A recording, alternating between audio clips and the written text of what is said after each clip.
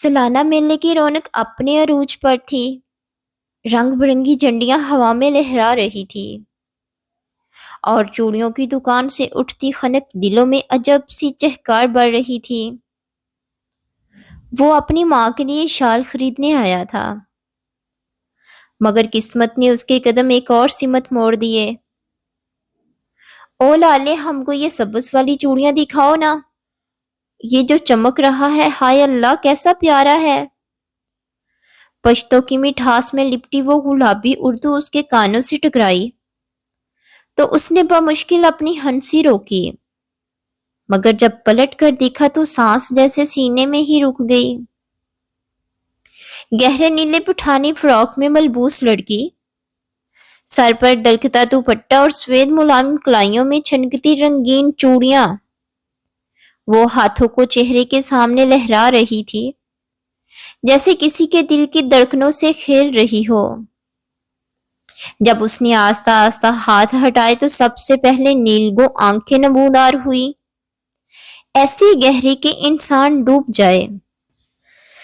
پھر ناک میں جڑی ننھی سی نتھ چمکی اور آخر کار گلابی لب سامنے آئے تو اس کے دل میں عجیب سا شور مچ گیا۔ خانہ خراب، تم ہم کو کیوں گھور رہا ہے؟ تمہارے گھر ماں بہن نہیں ہے کیا؟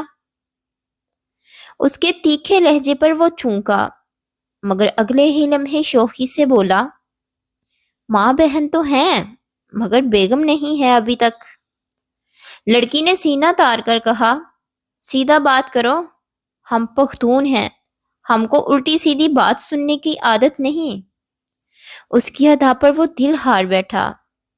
پہلی محبت کا سنا تو تھا، مگر یوں ایک لمحے میں دل ہاتھ سے نکل جائے گا یہ نہ جانتا تھا۔ ہمت کر کے اس نے پوچھا، نام تو بتا دو کم از کم۔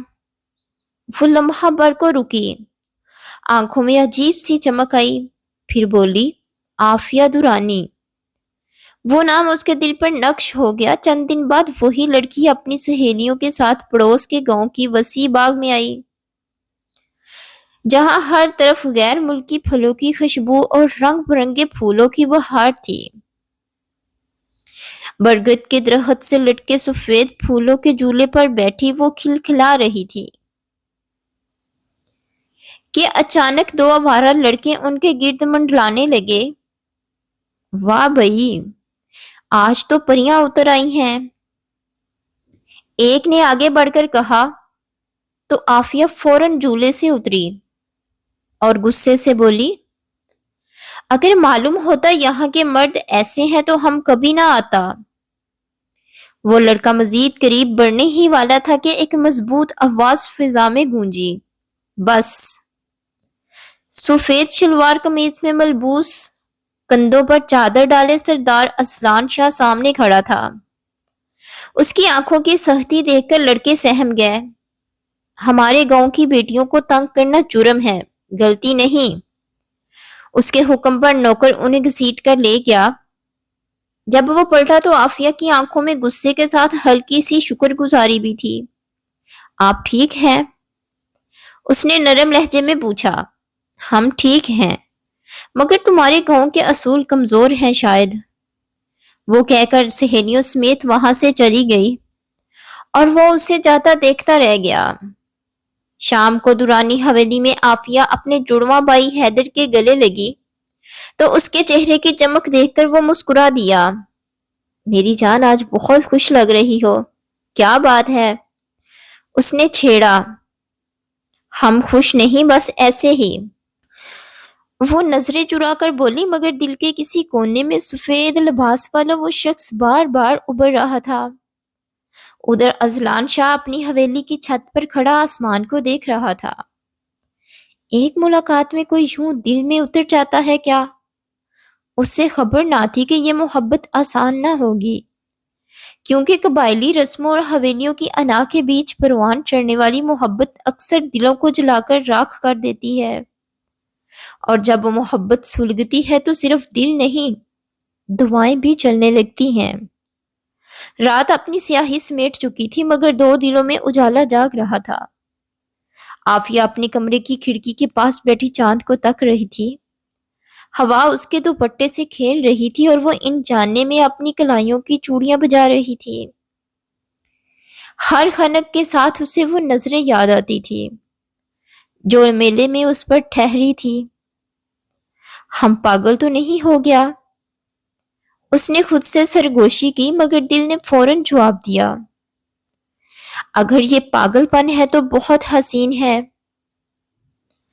نیچے صحن میں حیدر دورانی اپنے دوستوں کے ساتھ بیٹھا کسی اہم معاملے پر گفتگو کر رہا تھا۔ کل سردار اصلان شاہ نے پنچایت میں بڑا سخت فیصلہ سنایا ہے، ایک دوست نے کہا تو عافیہ کے ہاتھ کی جنبش رک گئی۔ اصلان شاہ؟ یہ نام جیسے اس کے دل میں چھپی چنگاری پر تیل بن کر گرا۔ وہ آہستہ سے سیڑھیاں اتر کر قریب آئی۔ کون اصلان شاہ؟ اس نے بے ساختہ پوچھ لیا۔ حیدر نے چونک کر اسے دیکھا۔ وہی شاہ حویلی والا سردار، گاؤں کا با اثر آدمی۔ کیوں پوچھ رہی ہو؟ عافیہ نے فوراً نظریں چرائی۔ ہم تو بس ایسے ہی پوچھا۔ تم لوگ ہر وقت انہی کا نام لیتا ہے نا؟ کہہ کر وہ واپس اوپر چلی گئی، مگر دل کی دھڑکن تیز ہو چکی تھی۔ ادھر اصلان شاہ اپنے کمرے میں بے چین ٹہل رہا تھا۔ اسے عافیہ کی وہ بات یاد آ رہی تھی، تمہارے گاؤں کے اصول کمزور ہیں شاید۔ اس جملے نے اسے حیران کر دیا۔ وہ پہلی بار کسی لڑکی کی آنکھوں میں اپنی عزت کے لیے سوال دیکھ رہا تھا۔ میں اسے غلط ثابت نہیں ہونے دوں گا، اس نے خود سے عہد کیا، مگر دل کا ایک اور کونا سرگوشی کر رہا تھا، یا شاید تم خود ہی اس کے سامنے ہار چکے ہو۔ اگلے دن قسمت نے پھر دونوں کو آمنے سامنے لا کھڑا کیا۔ دورانی حویلی میں ایک زمین کے مقدمے کے سلسلے میں اصلان شاہ آیا ہوا تھا۔ حیدر اس سے ملاقات کے لیے بیٹھک میں موجود تھا۔ عافیہ پانی کی ٹرے لے کر اندر آئی تو دونوں کی نظریں ٹکرا گئیں۔ لمحہ بھر کو وقت جیسے رک گیا۔ اس کی نیلی آنکھوں میں حیرت اور ہلکی سی شرمندگی تھی، جبکہ اصلان کی آنکھوں میں بے اختیار مسکراہٹ۔ آپ؟ عافیہ کے لبوں سے نکلا، جی میں۔ اور آپ پھر ہمارے گاؤں کے اصول جانچنے آئی ہیں کیا؟ اصلان نے دھیمی شوخی سے کہا۔ عافیہ کے گال سرخ ہو گئے۔ ہم کسی کو جانچنے نہیں آیا، بس پانی دینے آیا ہے۔ وہ الجھ کر بولی تو حیدر نے حیرانی سے دونوں کو دیکھا۔ تم لوگ ایک دوسرے کو جانتے ہو؟ اس کے سوال پر فضا میں عجیب سی خاموشی چھا گئی۔ بس ایک اتفاقی ملاقات تھی، اصلان نے سنبھل کر جواب دیا، میلے میں۔ حیدر کی آنکھوں میں سوچ اتر آئی، مگر وہ خاموش رہا۔ عافیہ جلدی سے باہر نکل گئی، مگر دل میں طوفان اٹھ چکا تھا۔ وہ پہلی بار اس شخص کو اپنے گھر کی دہلیز پر دیکھ رہی تھی، اور یہ احساس اسے ڈرا بھی رہا تھا اور خوش بھی کر رہا تھا۔ شام ڈلی تو حویلی کے صحن میں خاموشی پھیل گئی۔ عافیہ اپنے کمرے میں بیٹھی سوچوں میں گم تھی کہ دروازے پر دستک ہوئی۔ باہر حیدر کھڑا تھا۔ عافیہ تم اس سردار کو کب سے جانتی ہو؟ اس کے لہجے میں بائی کا تحفظ تھا۔ عافیہ نے نظریں جھکا لی، ہم نہیں جانتا، بس ایک بار ملا تھا، اس نے ہماری مدد کیا تھا۔ اس کی آواز میں سچائی تھی، مگر دل کی دھڑکن راز افشا کرنے کو بے تاب تھی۔ حیدر نے گہری سانس لی۔ وہ آدمی اچھا ہے، مگر اس کی دنیا ہم سے مختلف ہے۔ شاہ حویلی والوں کے فیصلے دل سے نہیں روایت سے ہوتے ہیں، اور روایتیں اکثر محبت کو کچل دیتی ہیں۔ یہ جملہ عافیہ کے دل میں تیر کی طرح پیوست ہو گیا۔ کیا واقعی ان کے درمیان صرف ایک خوبصورت اتفاق تھا، یا قسمت کوئی اور کہانی لکھ چکی تھی؟ ادھر اصلان اپنی حویلی کے بڑے دروازے پر کھڑا دور افق کو دیکھ رہا تھا۔ اسے معلوم تھا کہ دورانی خاندان اس کے برابر کا ہے، مگر پرانی دشمنیاں ابھی تک مٹی میں دبی چنگاڑی کی طرح زندہ تھی۔ اگر اس نے قدم آگے بڑھایا تو شاید صرف اس کا دل نہیں جلے گا، پورا گاؤں سلگ اٹھے گا۔ مگر محبت وہ آگ ہے جو سوچ کر نہیں جلتی، اور جب جلتی ہے تو بجھانا آسان نہیں ہوتا۔ صبح کی اذان کے ساتھ ہی دورانی حویلی میں ہلچل شروع ہو گئی تھی، مگر عافیہ کی آنکھوں میں رات بھر نیند نہ آئی۔ حیدر کی باتیں اس کے ذہن میں گردش کر رہی تھی کہ شاہ حویلی کے فیصلے روایت سے ہوتے ہیں اور روایتیں اکثر محبت کو کچل دیتی ہیں۔ وہ آئینے کے سامنے کھڑی اپنی نیلی آنکھوں کو دیکھ رہی تھی، جن میں عجیب سی چمک کے ساتھ ہلکی سی نمی بھی تھی۔ اچانک صحن میں گھوڑوں کی ٹاپوں کی آواز گونجی اور نوکر نے آ کر اطلاع دی کہ شاہ حویلی سے مہمان آئے ہیں۔ اس کا دل بے اختیار دھڑک اٹھا۔ سیڑھیوں کے موڑ پر کھڑی اس نے دیکھا کہ اصلان شاہ اپنے والد ملک سکندر شاہ کے ساتھ بیٹھک میں موجود ہے اور فضا غیر معمولی سنجیدہ ہے۔ رسمی گفتگو کے بعد ملک سکندر شاہ نے سیدھے الفاظ میں کہا کہ وہ اپنے بیٹے ازلان کے لیے عافیہ کا رشتہ مانگنے آئے ہیں۔ یہ سن کر عافیہ کے ہاتھ کی چوڑیاں بج اٹھی اور لمحہ بھر کو جیسے وقت ٹھہر گیا۔ حیدر نے سنبھل کر پرانی رنجشوں کا ذکر کیا تو ملک سکندر نے کہا کہ نئی نسل کو دشمنی ختم کرنی چاہیے۔ ازلان نے نظریں اٹھا کر عافیہ کو دیکھا اور صاف لفظوں میں کہا کہ اگر وہ راضی نہ ہو تو وہ فوراً واپس چلے جائیں گے۔ سب کی نظریں اس پر تھی اور پہلی بار اسے محسوس ہوا کہ اس کی ایک ہاں یا نہ کئی دلوں کی تقدیر بدل سکتی ہے۔ اس نے دھیمی مگر واضح آواز میں کہا کہ اگر اس رشتے سے دشمنی ختم ہو سکتی ہے اور اس کی عزت ہمیشہ مقدم رہے گی تو اس سے اعتراض نہیں۔ ازلان کی آنکھوں میں سکون اتر آیا، مگر اسی لمحے گاؤں کے بزرگ رحمت خان غصے سے اندر داخل ہوئے اور اعلان کر دیا کہ یہ رشتہ نہیں ہو سکتا، کیونکہ شاہ اور دورانی خاندان کبھی ایک نہیں ہو سکتے۔ فضا ایک بار پھر بوجھل ہو گئی۔ ازلان نے مضبوط لہجے میں کہا اگر روایت دل توڑے تو اسے بدل دینا چاہیے، مگر رحمت خان نے خبردار کیا کہ اس شادی سے گاؤں دو حصوں میں بٹ جائے گا۔ عافیہ نے پہلی بار محسوس کیا کہ محبت صرف دو دلوں کا معاملہ نہیں بلکہ پورے معاشرے کی آزمائش بن سکتی ہے۔ اس کی آنکھوں میں آنسو آ گئے اور اس نے آستہ سے کہا کہ اگر اس کی وجہ سے فساد ہوگا تو وہ پیچھے ہٹ جائے گی، مگر ازلان بے اختیار بول اٹھا کہ وہ اسے کھو نہیں سکتا۔ یوں ان کی محبت اب راز نہ رہی بلکہ سب کے سامنے ایک اعلان بن گئی اور فیصلہ وقت کے ہاتھ میں چلا گیا کہ آیا یہ دعا قبول ہوگی یا سلگتی ہی رہ جائے گی۔ رحمت خان کے الفاظ جیسے دیواروں سے ٹکرا کر پورے کمرے میں گونج رہے تھے اور فضا میں ایک عجیب سا تناؤ پھیل گیا تھا۔ عافیہ کا دل کانپ رہا تھا، مگر اس نے خود کو سنبھال رکھا تھا۔ ازلان کے چہرے پر پہلی بار بے بسی نمایاں تھی، جیسے وہ سردار کم اور ایک عاشق زیادہ ہو۔ حیدر گہری سوچ میں ڈوبا کھڑا تھا، ایک طرف بہن کی خوشی، دوسری طرف گاؤں کی پرانی دشمنیاں۔ ملک سکندر شاہ نے سنجیدہ لہجے میں کہا کہ دشمنی کو ختم کرنے کا ایک ہی طریقہ ہے کہ کوئی پہل کرے، مگر رحمت خان بس ضد تھے کہ روایت نہیں بدلی جا سکتی۔ اسی بحث کے دوران اچانک یہ انکشاف ہوا کہ برسوں پہلے ہونے والے ایک خونی جھگڑے میں دورانی خاندان کے ایک فرد کی موت کا الزام شاہ خاندان پر لگایا گیا تھا، حالانکہ حقیقت کبھی پوری طرح سامنے نہیں آئی تھی۔ یہ بات سن کر عافیہ کے قدم لڑکھڑا گیا۔ اسے پہلی بار اندازہ ہوا کہ ان کی محبت صرف رسم و رواج نہیں بلکہ ماضی کے خون آلود سائے سے بھی لڑ رہی ہے۔ ازلان نے مضبوط آواز میں کہا کہ اگر اس کے خاندان پر کوئی داغ ہے تو وہ سچ سامنے لانے کو تیار ہے، چاہے اسے اپنی سرداری ہی کیوں نہ قربان کرنی پڑے۔ اس کے اس اعلان نے سب کو خاموش کر دیا۔ حیدر نے پہلی بار ازلان کی آنکھوں میں جھانکا اور وہاں غرور نہیں بلکہ خلوص دیکھا۔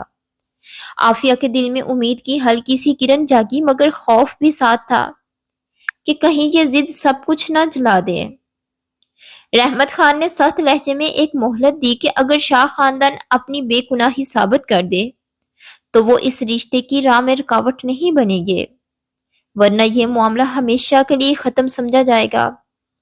یوں محبت کو ایک آزمائش مل گئی تھی، اب فیصلہ صرف دلوں کا نہیں بلکہ سچ کا تھا۔ آفیہ نے رات کو سجدے میں گر کر دعا کی کہ اگر یہ رشتہ اس کے حق میں بہتر ہے تو راستے آسان ہوں، ورنہ اس کے دل سے یہ خواہش نکال دی جائے۔ ادھر اصلان نے عہد کیا کہ وہ ماضی کی ہر گرہ کھول کر رہے گا، مگر اس سے معلوم نہ تھا کہ سچ کی تلاش میں کچھ راز ایسے بھی سامنے آئیں گے جو نہ صرف دونوں خاندانوں بلکہ ان کے اپنے دلوں کو بھی ہلا کر رکھ دیں گے۔ اگلے ہی دن سے گاؤں میں سرگوشیاں شروع ہو گئی۔ کوئی کہتا شاہ خاندان خود کو بچانے کے لیے ڈرامہ کر رہا ہے، کوئی کہتا دورانیوں کو آخرکار جھکنا ہی پڑے گا، مگر اصلان نے کسی کی پرواہ نہ کی۔ وہ سیدھا اپنے دادا کے پرانے کمرے میں گیا جہاں برسوں پرانی فائلیں اور دستاویزات صندوقوں میں بند تھی۔ گرد آلود کاغذوں کو کھنگالتے ہوئے اس کے ہاتھ ایک پرانی ڈائری لگی جس پر اس کے مرحوم دادا کا نام درج تھا۔ اس کے دل کی دھڑکن تیز ہو گئی۔ کیا اس میں وہ سچ چھپا تھا جس کی تلاش میں وہ سب کچھ دو پر لگانے کو تیار تھا؟ ادھر عافیہ کی حالت بھی کچھ مختلف نہ تھی۔ وہ مضبوط بننے کی کوشش کر رہی تھی مگر اندر سے ٹوٹ رہی تھی۔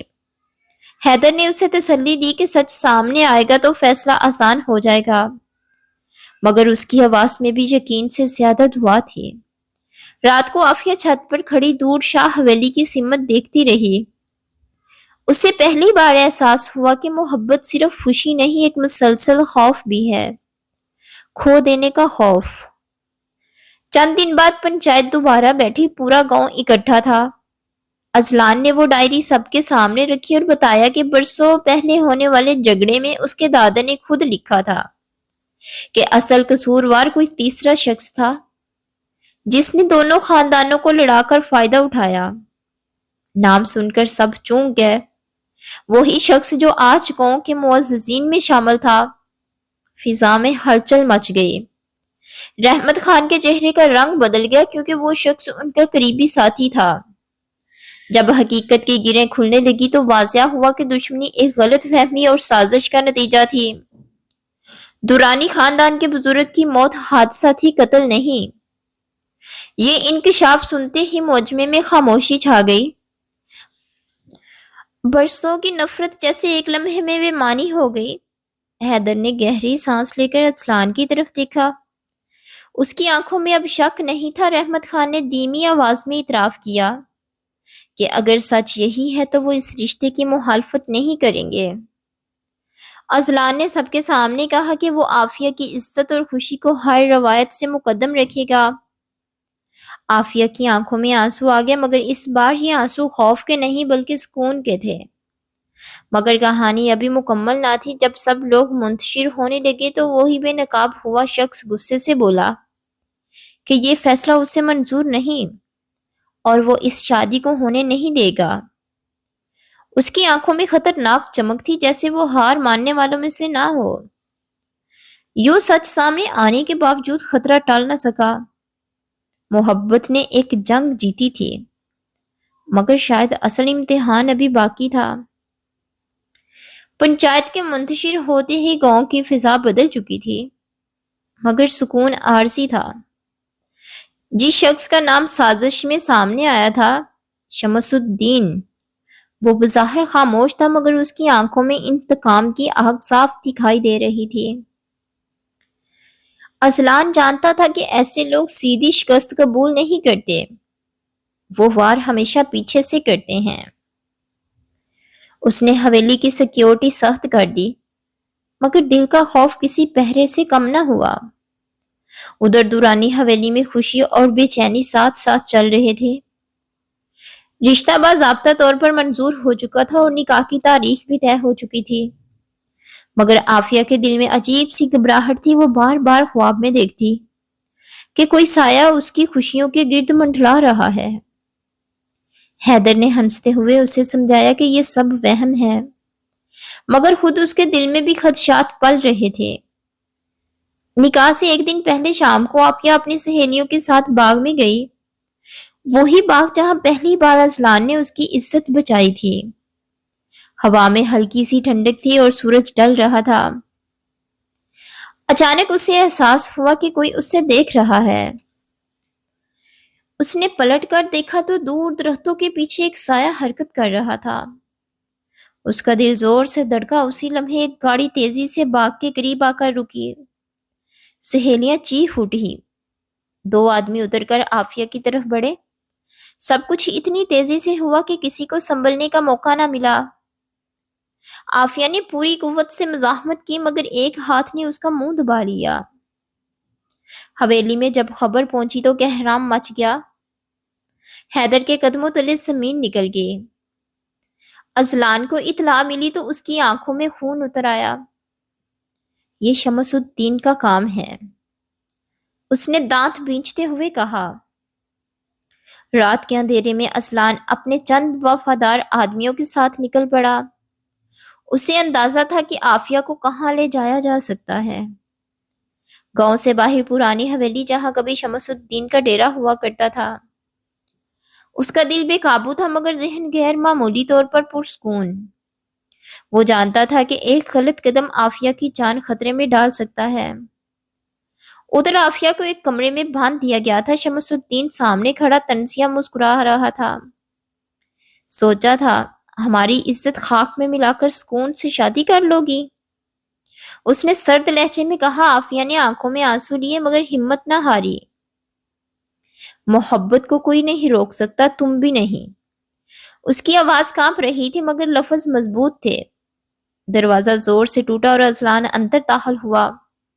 دونوں کی نظریں ملی۔ ایک لمحہ جس میں خوف، محبت اور سکون سب سمٹ آئے۔